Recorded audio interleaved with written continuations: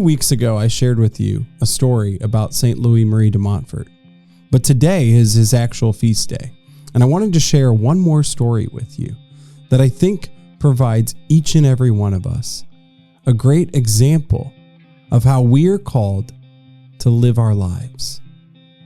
St. Louis Marie de Montfort, if you don't remember, was a French priest in the 1700s. He was a missionary. He went about all of France, spreading the gospel message, teaching that we should have a relationship with the Blessed Mother, only so that we can grow in relationship with her Son. De Montfort faced many hardships during his time, one of which is a story that I want to share with you that is a beautiful example of trusting in God's plan. One of the things that he did is set up little parish missions. He would go to a city and go to their local parish, and he would preach for a week. During this time, he'd hear confessions, he'd say the Mass, but he would also give little talks with the hopes that the people in town would be inspired, their faith would be revitalized. Well, in one certain area, he ended up growing his relationship with the community, so much so that he stayed much longer than just a week. He was there for months. And the town took on a project that was, of course, given approval by the bishop. They were to set up a small Calvary scene. Well, at least it started as a small Calvary scene. Eventually, it grew large, to the point where there were thousands and thousands of people helping to work on this project. De Montfort was spending each day instructing the creation of this life-size Calvary scene. They had crosses brought in. They had walking stations. It was beautiful.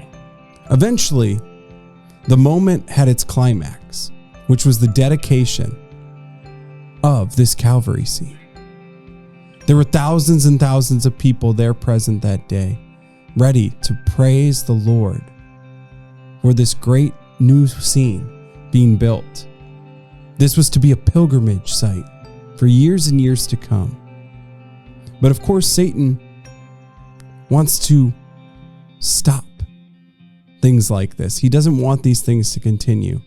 And so, due to some jealousy from the local bishop and some of the local priests as well, they ended up shutting it down on the day of the dedication. A note came from the bishop to De Montfort that says that he needed to stop the dedication and have everything taken down in the coming days. To the normal man, this would have ruined them. De Montfort had spent months and months working with these people, building this life-size Calvary scene. It was incredible. And yet, his response is the one that each and every one of us should take on. His response was beautiful.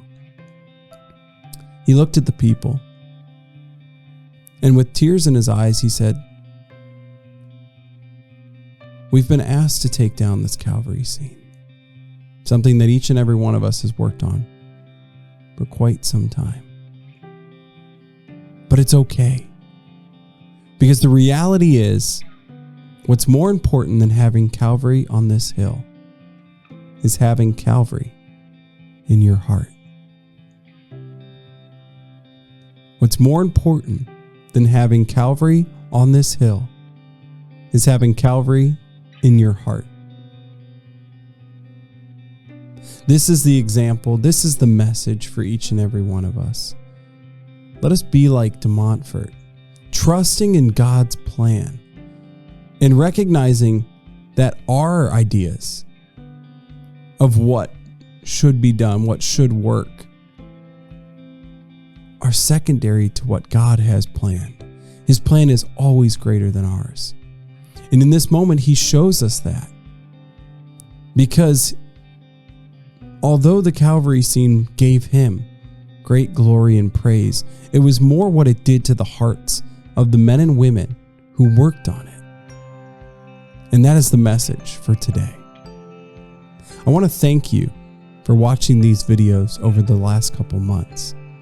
Starting next month, we'll be having another contributor creating content with this same premise, using the day's readings and gospel to share a message of truth with you. But I thank you for watching with me and listening to me. And I hope and pray that some of the things I've shared with you have been helpful. My final words to you are just two: God alone.